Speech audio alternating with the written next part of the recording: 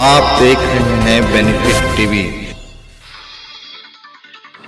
जिस तरह से सोहाबुद्दीन साहब के लड़के का गिरफ्तारी हुआ, क्या लगता है आपको ये जो गिरफ्तारी हुई सही में हुई या किसी साजिश के तहत राजनीतिक कारणों के कारण ये गिरफ्तारी हुई?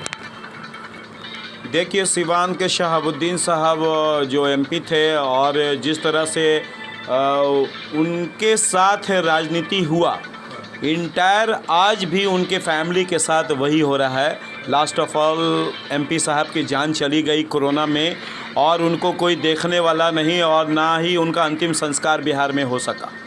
और आज किसी तरह से वो परिवार उभरा ही था कि ओसामा जी के पीछे पूरी राजनीति, पूरे बिहार की राजनीति लगी हुई है। किसी तरह से वो इस बार वो 2024 और 25 के शासन में और सत्ता में वो कहीं से वो नज़र नहीं आए। इसलिए आज ओसामा जी को जिस तरह से राजस्थान से उनको फॉर्च्यूनर गाड़ी पे अरेस्ट किया गया कि वो चोरी की गाड़ी से चल रहे थे, जबकि बाद में ये क्लियर हो गया कि वो चोरी की गाड़ी नहीं थी। और बिहार पुलिस जाके उनको फिर सिवान में लाती है और उन पे 2-3 तरह का केसेस ज़मीन से विवादित मामला में लेकर के उनको फंसाया गया। सवाल ये है कि ओसामा कोई क्राइमर नहीं है।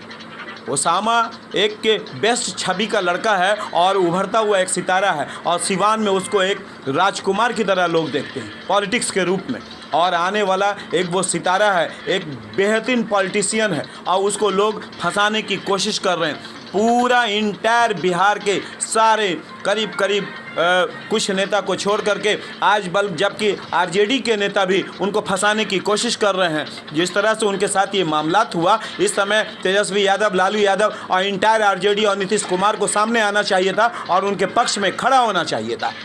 मामला ठीक है, कोर्ट का है, कोर्ट डिसीजन देगी, बट आपका प्रतिनिधि है, आपके लोग हैं, आपको सामने आना चाहिए था, आपको जनता के सामने रूबरू उनकी बातों को रखना चाहिए था। आज वो किनारे कट रहे हैं। आज तेजस्वी यादव आज बाहर दौरा पे निकले हैं गोपालगंज की ओर। जब उनसे एक मीडिया ने पूछा कि ओसामा के बारे में आप क्या कहते हैं, तो वो कहते हैं कि कोर्ट का मामला है, कोर्ट समझेगी।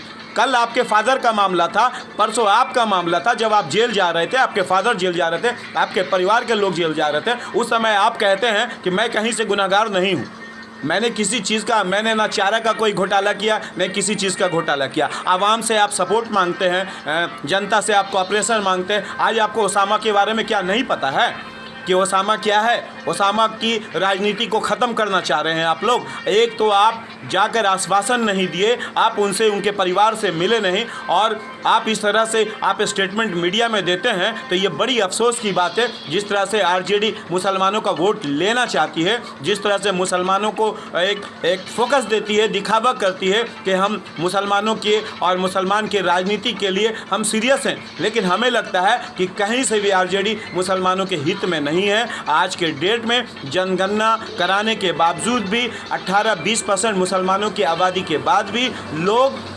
बल्कि ख़ासकर मैं आरजेडी के नेता ही को कहूँगा कि वो बिल्कुल मुसलमानों पे तवज्जो नहीं दे रहे हैं, बल्कि जो मुसलमान राजनीति कर रहा है उसकी राजनीति को ख़त्म करना चाह रहे हैं। अभी कुछ दिन पहले आपने विरोध प्रदर्शन किया हमास और फिलिस्तीन युद्ध के बारे में, उसमें क्या आपका कहना है? ऑब्वियसली आप देख लीजिए, जिस तरह से फ़िलिस्तीन के बारे में माननीय मोदी जी ने अपनी बातों को रखा है कि हमास एक आतंकवादी है, हमास आतंकवादी है, तो जो हमारे भूतपूर्व प्रधानमंत्री वाजपेयी जी थे, आज उनका एक वीडियो वायरल हो रहा है, आप उठा करके देखिए। उन्होंने इंटायर फिलिस्तीन के सपोर्ट में उन्होंने कहा, इजराइल के विरोध में कहा कि इजराइल को वो जगह खाली करनी होगी, वो फिलिस्तीन का जगह है। क्या उनको राजनीतिक सेंस नहीं था क्या वाजपेयी जी को, जो इस तरह की बातों को उन्होंने रखा? और आज माननीय मोदी पूरे फिलिस्तीन को आतंकवाद घोषित कर रहे हैं, बल्कि 1948 से लेकर के 2014 तक इंटायर हिंदुस्तान फिलिस्तीन के सपोर्ट में रहा। लेकिन जिस तरह से वोट की राजनीति हो रही है, मुसलमानों को बदनाम करने के लिए और हिंदुओं का वोट एकत्रित करने के लिए नरेंद्र मोदी जिस तरह की चाल चल रहे हैं, वो कहीं कामयाब नहीं होंगे। चिराग पासवान बिहार में क्या कुछ नया रख कर पाएंगे?